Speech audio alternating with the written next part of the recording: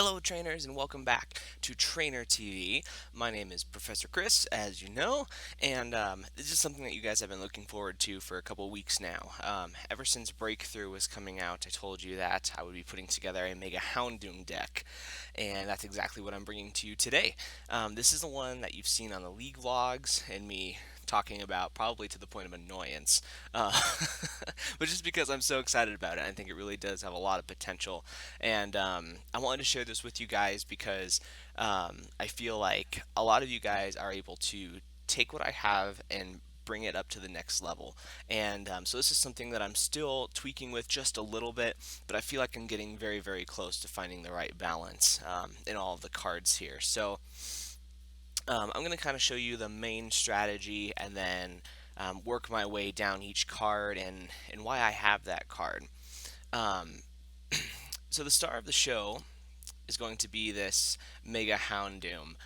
The full art is beautiful. I'll show you the regular art version though, just for the ease of being able to read it on such a small screen on YouTube.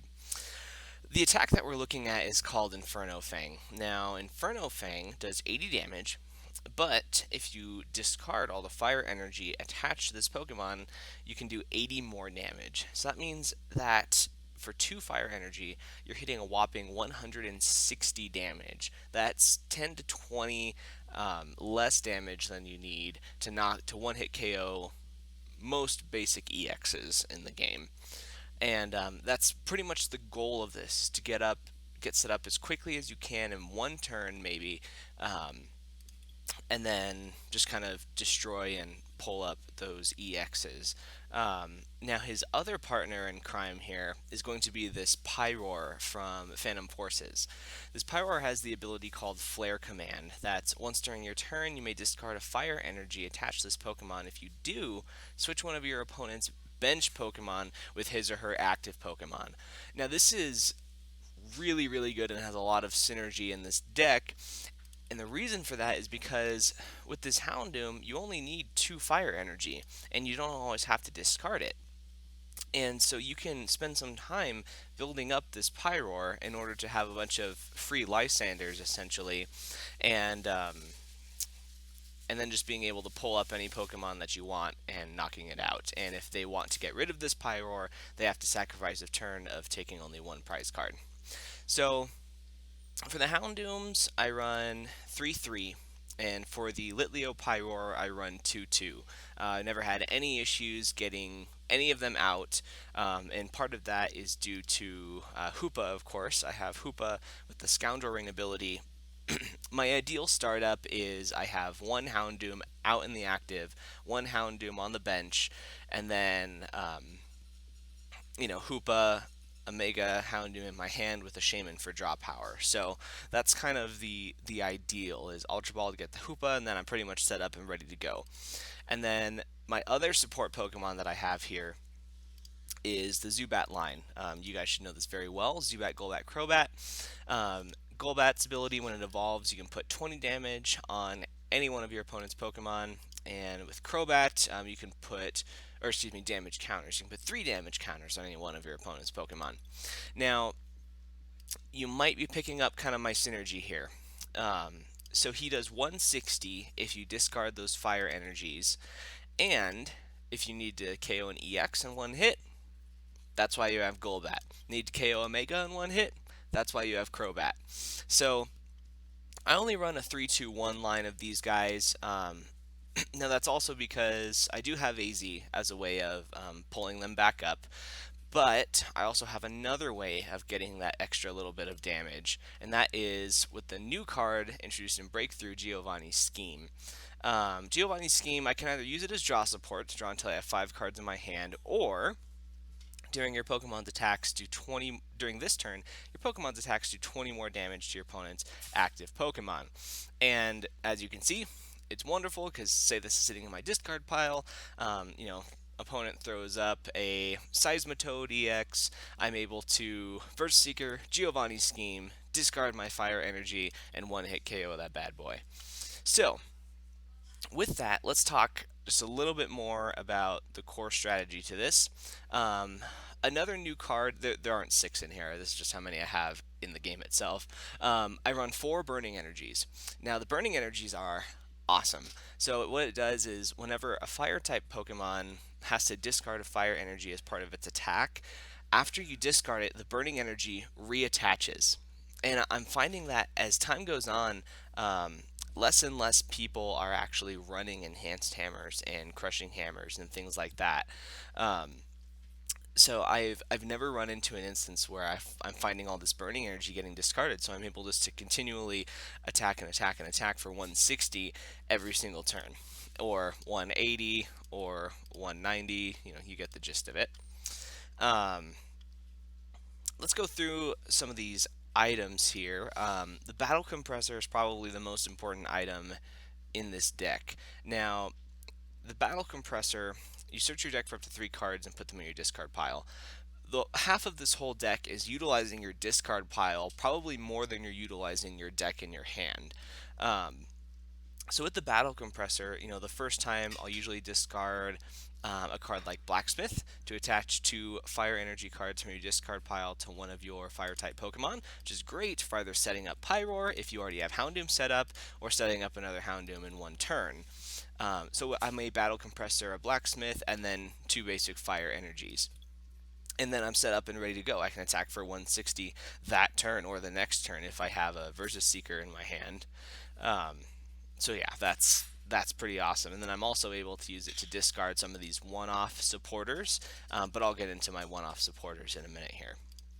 Now I've chosen to put in three Acrobike.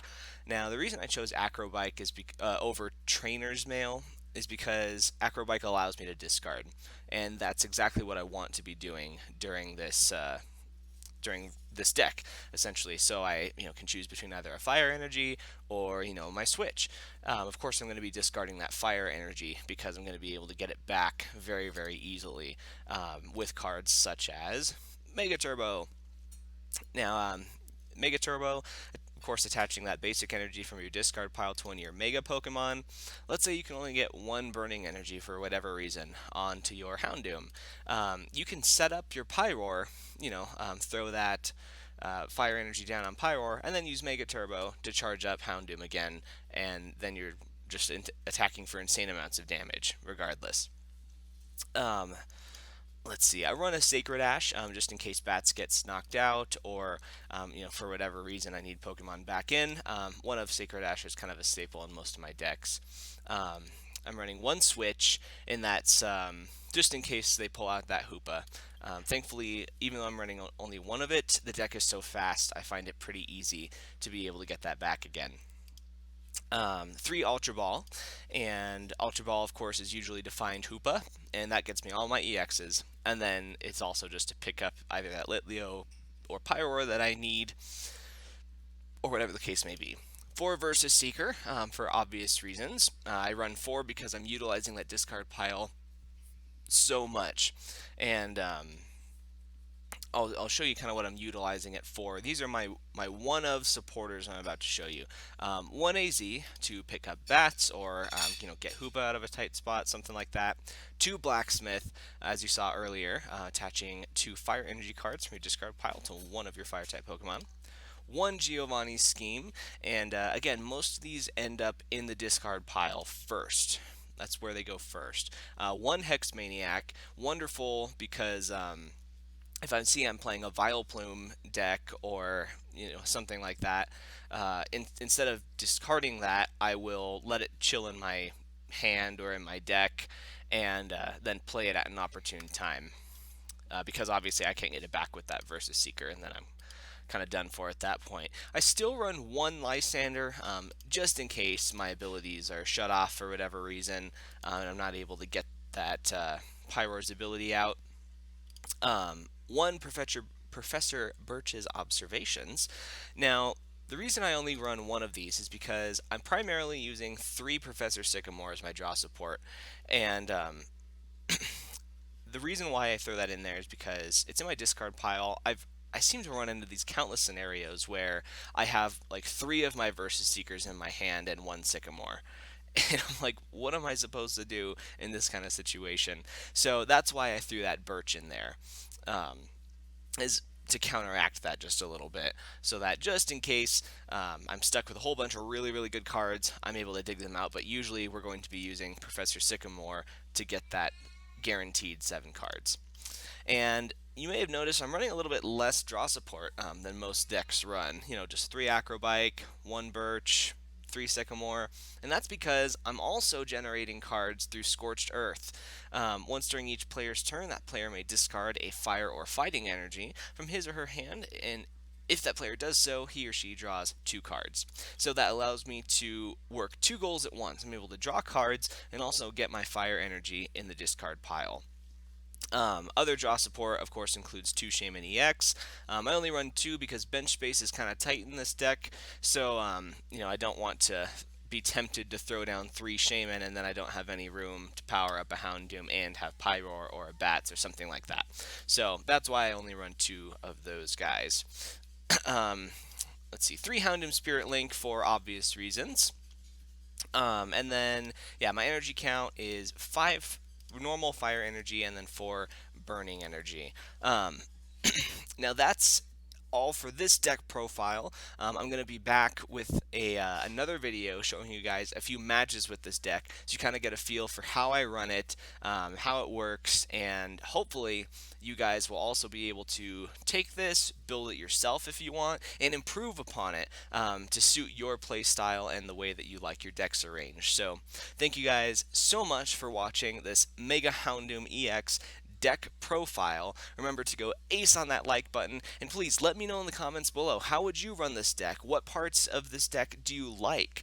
I'm always open for more feedback, and the only way that we're going to improve both my game and your game is by helping each other piece together our decks, brainstorm together, and that's what being a Pokemon trainer is all about. So thank you guys very much again for watching. Remember, train on.